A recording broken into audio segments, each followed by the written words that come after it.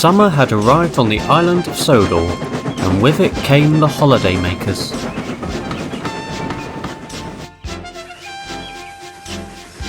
Each day, the trains became fuller and extra services had to be added.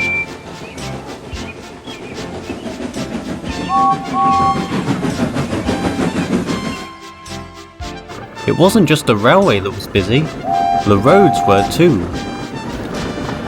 Every summer there seemed to be more and more people driving to Sodor in their cars. Bertie the bus soon found himself stuck in long traffic jams. However, this did not go unnoticed. A few days later, the Fat Controller arrived to speak to his engines. He had had a meeting with the local council and managers from the other railway. "I have agreed to run a service to help ease congestion on the roads," he began. "We will run a motorail service in conjunction with the mainland." The engines were confused.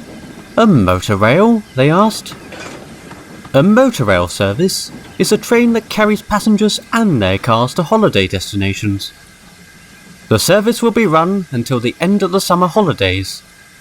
"But sir, won't we be adding more cars onto the roads with this service?" asked James bluntly. "Undeniably yes," sighed the Fat Controller, slightly annoyed. "But if we can reduce the road users travelling in and out of the island, it will ease the lives of our local residents and the holiday makers. You will all take turns in pulling the train. We must make this a success. If not, the alternative will not be welcome." The engines didn't dare ask what the alternative might be. And with that, the Fat Controller left. "Disgraceful!" erupted Gordon. "Disgusting!" snorted James. "Despicable!" finished Henry. "Is this what it has come to?" grumbled Gordon. "Helping the roads, hauling passengers and their cars?" "The Fat Controller will have had a good reason to do this," said Edward. "Besides, we serve the island. We must do all that we can to help." "Pah!" snarled Henry. "I won't do it. Supporting the roads is a shambles. Passengers use the train so they don't need to use the roads. They should leave their cars at home." "I don't like it either, but it's all about convenience. The railway must adapt to the passengers' wants and needs. They already have a buffet car and carriages with toilets in them. What more do they want?" "Well, if I'm made to take the train, I'm leaving their cars behind," snapped Henry defiantly. The big engines continued to protest indignantly. Edward said no more. He decided to leave them to it.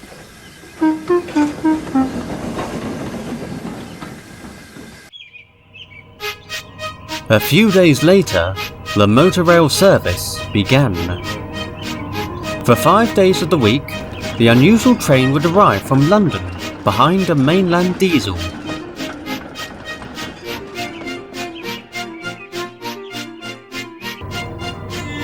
The motorail train would arrive into the harbour at the end of the line. A special unloading platform was available, so passengers could collect their cars and drive them off the train.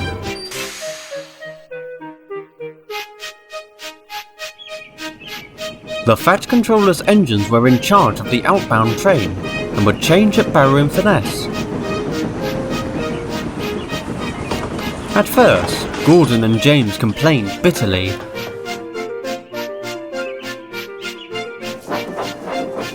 But once they realised the motorail service was a non-stop express, their moods quickly changed.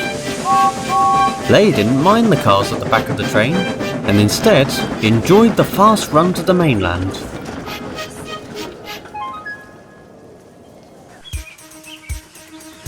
Somehow, Henry had not yet been asked to take the train. He still detested the idea of it all.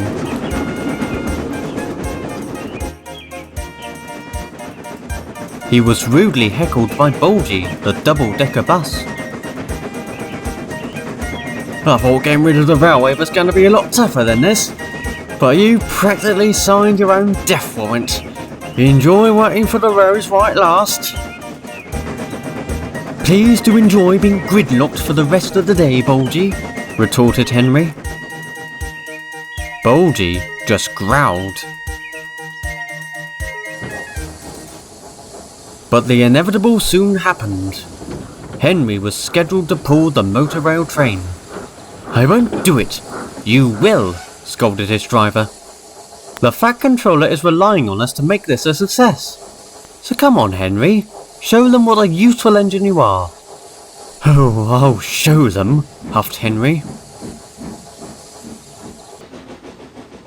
Unfortunately, Henry's mood only worsened. I'm sorry, said the yardmaster. There isn't a shunter available to arrange your train. You'll have to shunt the flatbed behind the coaches yourself. Henry was furious. He bumped the flatbeds fiercely, then bumped them roughly behind the coaches, then bumped the train again when he ran round to the front. By the time the passengers and their cars were all on board, Henry was seething and ready to go. Edward had arrived and had tried to calm Henry down, but to no avail. What happened next, no one knows. Henry is sure the shunter didn't fasten the coupling. His driver is sure Henry bumped the train hard enough to loosen anything. No matter, Henry set off in a mighty hurry. Come on, he puffed crossly. Edward watched the train depart, then suddenly noticed what was missing. The cars! He cried. Wait, Henry! Wait! You've left the cars behind! But it was no use. Henry was off and away in the distance. Oh, dear. Henry was racing along the main line. Hurry, hurry, hurry, he panted, impersonating Gordon. The faster we go, the quicker I'll be rid of this stupid train. When the other engines saw Henry, he would whistle furiously. They didn't respond. Instead, they were all surprised to see Henry had left the cars behind.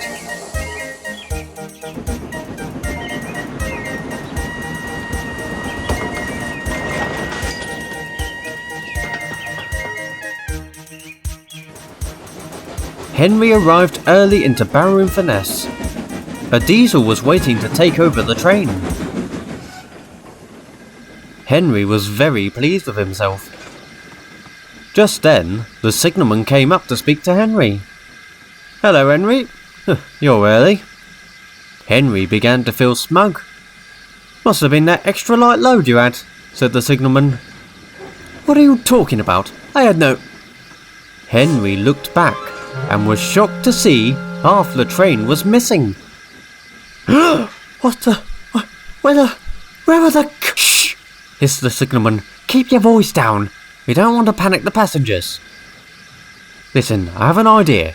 Change over with the diesel, then I'll ask him to shunt the coaches into the siding. I'll tell the guard to give the passengers an excuse as to why they have to wait. Won't be long until the cars get here, and we can reattach them to the train. Passengers will never know. Henry agreed, and did as he was told.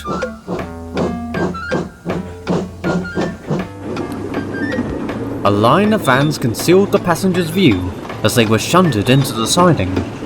They were told that a points failure up the line meant they could go no further, and would have to wait until it was fixed. Luckily, none of the passengers suspected anything. Henry couldn't help but feel guilty. Meanwhile, quick-thinking Edward had collected the cars and had given chase, trying to catch up with Henry's train.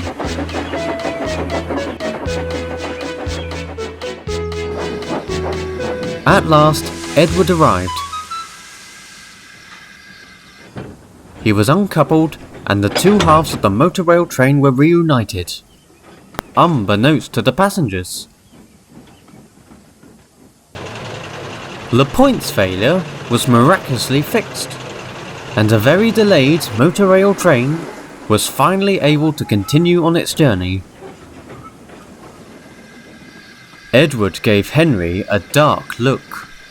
Henry was about to speak, but Edward cut in first. "Don't waste your reasoning on me, keep it for the Fat Controller. I'm sure he'll wish to talk to you about what happened today." Henry felt sick in the pit of his firebox. The Fat Controller did speak to Henry. "Well, Henry, I heard that you wanted to leave the passengers' cars behind, and you were successful in that. You were also successful in embarrassing me and my railway to the entire island." "But at least the passengers didn't find out," said Henry meekly. "That's besides the point," fumed the Fat Controller. "Everyone saw you with half a train. I expect my engines to do what I tell them to do. I don't expect them to leave half of their trains behind. And I don't expect them to lie to their passengers." "But, technically, I didn't." "Silence!" boomed the Fat Controller. "The reason I proposed the Motorail service was to stop the council's alternative plan from going ahead. They wanted to build a new main road that could cope with the demand of the extra summer traffic. I had hoped, if we had made a success of the Motorail, we could have kept the construction of a new road at bay. Now, I'm not so sure." The Fat Controller had made his point clear. For the rest of the summer, Henry was ordered to take the Motorail service. The other engines were admittedly jealous. They had all wanted to take turns pulling the train. Henry worked very hard to redeem himself. He didn't moan or complain. Instead, he was deep in his thoughts about what the Fat Controller had said. Unfortunately, by the end of the summer holidays, the council agreed to the construction of a new main road. Not even the success Henry had made of the Motorail could hold off the apparent need for a new road. Even so, it looked unlikely to affect the railway, and the Fat Controller agreed to another Motorail service next summer. But the engines all agreed that Henry would not be chosen to haul the train again next year. "What is it with you and named trains?" teased Thomas cheekily. "First the Flying Kipper, now the Motorail. Whatever poor train is next?" Henry didn't dignify that with an answer.